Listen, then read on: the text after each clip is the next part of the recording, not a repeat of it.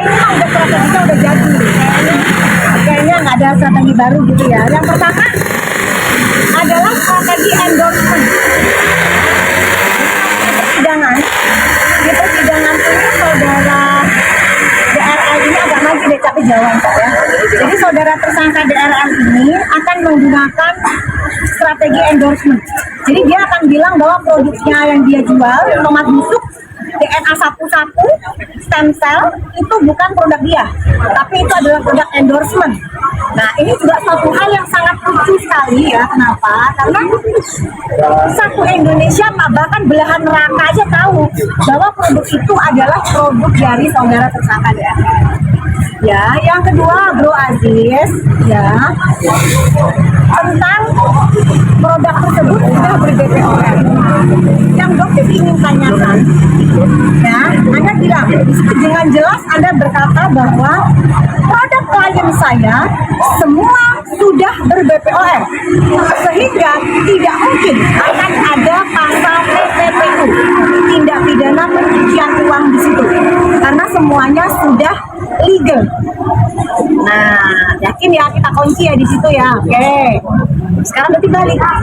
Produk klien Anda itu relabeling, pengepakan lagi. Sejak kapan ada produk yang relabeling memiliki nomor izin edar, Bu Aziz? Tidak mungkin ada. Bantahkan ya, ada ya. Jadi produk klien Anda tidak memiliki nomor izin edar. Artinya apa? Pasal TPPU masuk. Ya, pasal TPPU masuk.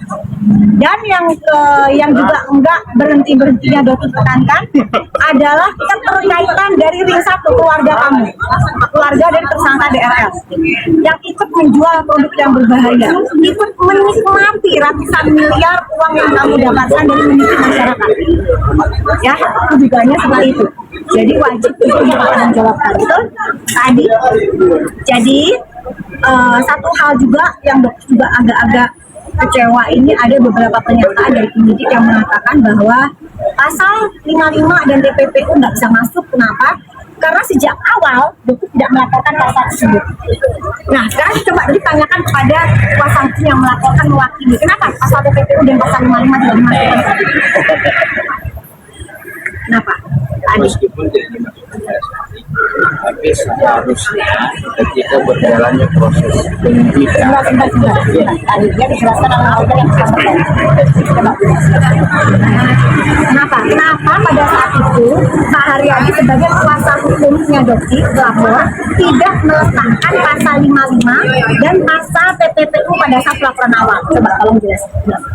Jadi pertama begini, pada saat kami membuat laporan polisi tersebut berdasarkan analisa fakta, dari awal sebenarnya kita sudah menduga ada pelaku lain, tapi yang namanya dalam membuat laporan juga masih dengan permulaan ya,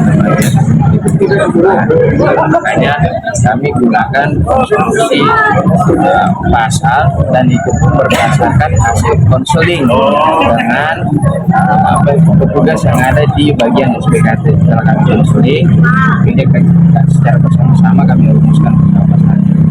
Tapi dengan hal seperti itu tidak menutup kemungkinan adanya pengembangan dalam artian pertama terhadap pelaku atau terhadap terduga pelaku lainnya, itu bisa. Kemudian selain itu terdapat pengembangan dalam hal tindak pidananya, misalnya contoh yang awalnya adalah tindak pidana perlindungan konsumen dan tindak pidana kesehatan berkembang berdasarkan fakta-fakta penyidikan, ternyata ada juga tindak pidana pencucian uang. Itu bisa dikembangkan. Mekanismenya seperti apa? Tentu jadi kembang dengan perkara, pendapat ahli seperti apa yang bisa dikembangkan. Nah, setelah dilakukan pelaporan polisi di awal tadi, itu juga kita sudah merumuskan terlapornya itu dalam lidik. Kita sudah merumuskan. Jadi dalam lidik ya, jadi dalam lidik ya guys ya, dalam lidik, bukan melaporkan hanya DRL aja, tidak. Kita dalam lidik. Dalam hal itu artinya semua yang berkaitan bisa kena semua. Betul, betul. Kami sengaja dalam karena dugaan awal kami ada pelaku-pelaku lain yang terlibat dalam permasalahan ini, sehingga seperti itu penyidik nantinya mudah dalam melakukan pengembangan, tidak terfokus kepada satu orang saja. Bisa dilihat siapa saja yang memiliki keterlibatan baik secara langsung ataupun tidak langsung dalam proses pelaksanaan tindak pidana. Oke, jadi begitu ya, jadi udah pada jelas ya. Jadi memang begitu ya guys. Jadi tidak hanya kepada orang tersangka semata dia doang, enggak. Gitu. Nah terus untuk Bro Aziz juga ya udah dijelasin ya, mereka tidak berbackground karena labeling dan jangan menggunakan strategi endorsement ya, karena semua seluruh dunia bahkan belahan tangan tahu ya produk klien Anda. Oke, jadi nggak mungkin itu endorsement. Bagaimana endorsement sementara uang dari semua keuntungan produk itu mengalirnya ke rekening istri kamu atau ke perusahaan kamu sendiri? Nggak itu endorsement mempromosikan barang selesai yang perjanjian tertentu dengan sejumlah uang tertentu selesai. Ini kan tidak, produk kamu semua itu hitungannya mengalir ke rekening istri kamu dan kamu. Bagaimana dikatakan endorsement? Tolong yang Bro Aziz dipelajari dulu kasusnya dengan matang ya, jadi supaya tidak jadi bahan olok-olokan masyarakat Indonesia. Dan untuk kasus pelaporan ilegal akses terhadap SS gimana? Ya, terima kasih teman-teman.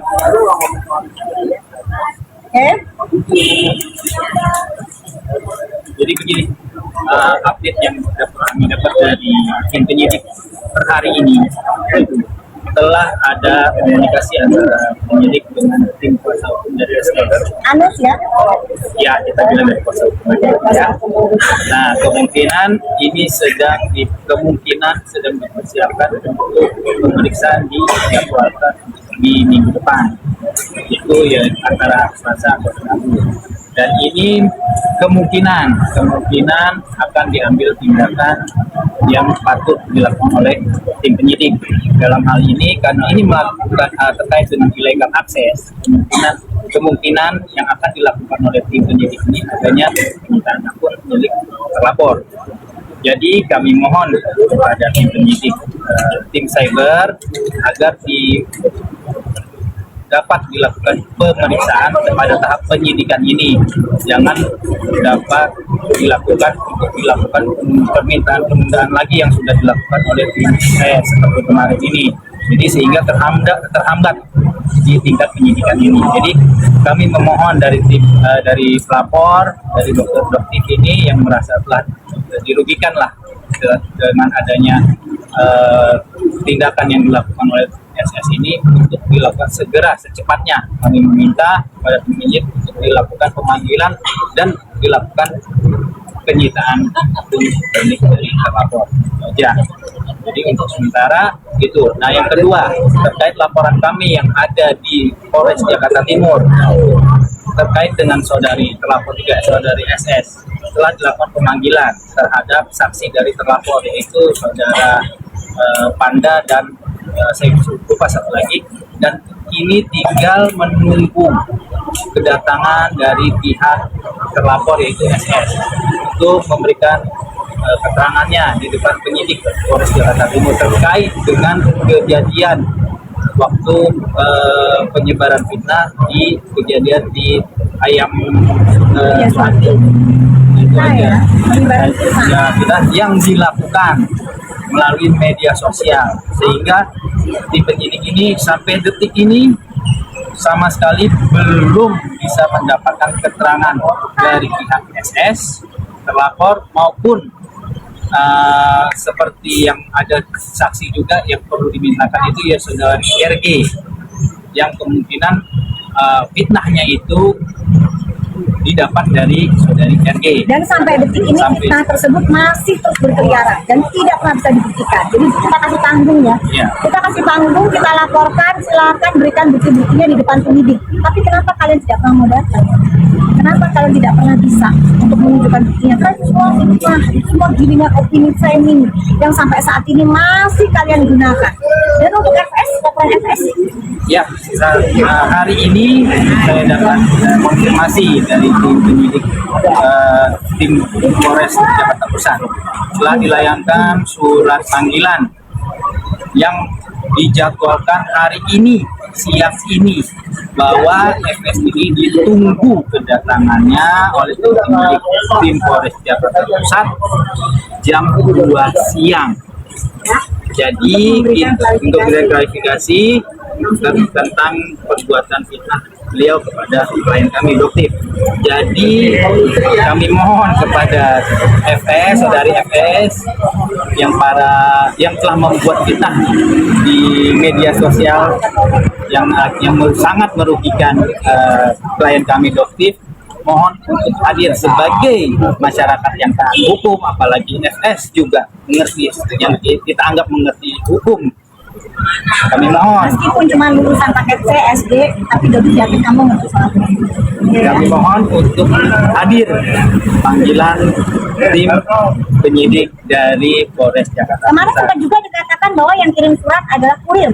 Betul. Padahal itu adalah kanit ya dari penyidik Polres Jakarta Pusat. Dan kebetulan memang diantarkan langsung oleh Langsung, tim jadi bukan kurir, penyidik. tapi dia mengatakan bahwa yang mengantarkan itu hanya kurir. Kurir semata, padahal itu adalah kanit ya, kanit yang langsung mengantarkan. Kenapa? Karena kasusnya FS ini juga sudah menjadi atensi kan? Betul. Karena dia memberikan statement halusinasi atau hoax bahwa laporannya Doktif itu yang nggak jalan dan Betul. tidak pernah ada surat panggilan seperti itu. Jadi akhirnya otomatis karena juga penyidiknya juga gede juga ya dengan berbagai macam hoax yang dilontarkan oleh saudara FS ini, termasuk salah satunya adalah laporan DRR yang bukan atas nama Doktif. Ya, itu jelas banget yang melakukan dari Doktif. Dia mengatakan hoax bahwa itu adalah pembunuhan FS, ya alias FS. Udahlah, nanti ya udah capek masyarakat Indonesia tuh nggak ada yang dengerin kamu. Ya udah nggak ada yang dengerin mulutnya kamu itu nggak ada ya.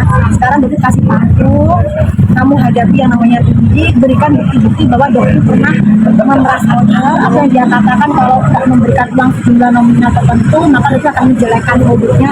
Itu semua buktikan. Dan begitu pun kepada si Intan ya, kan Doktif juga begitu. Ya kan, dia bilang bahwa Doktif menjual produk yang berbahaya. Itu namanya SPKP buka 24 jam. 7 kali 24 jam laporkan. Bahkan di sini ada Pak ya kan, kalau misalnya Doktif juga menjual produk yang berbahaya, pasti beliau juga meminta sama ya Pak Eko ya, sama laporkan dong Doktif, jangan cuma cuap-cuap doang di medsos ya. Jadi kepada ex napi ya Intan ya, kamu napi dari apa kasus sama ya, kasusnya sama undang-undang ITE juga, jadi dia menganggap itu sudah biasa kali lakukan. Dan untuk kasus yang sama, kalau kali ini Doktif melaporkan Intan itu, Miss Gosip itu atas undang-undang ITE, pencemaran nama baik dan fitnah. Ini lebih berat ya, lebih berat. Jadi ini ancamannya 3 tahun plus 9 bulan. Dan ini berulang. Jadi dipastikan hukumannya pasti lebih berat karena tidak pidana berulang. Berulang ya. Jadi ya sudah, kamu lapor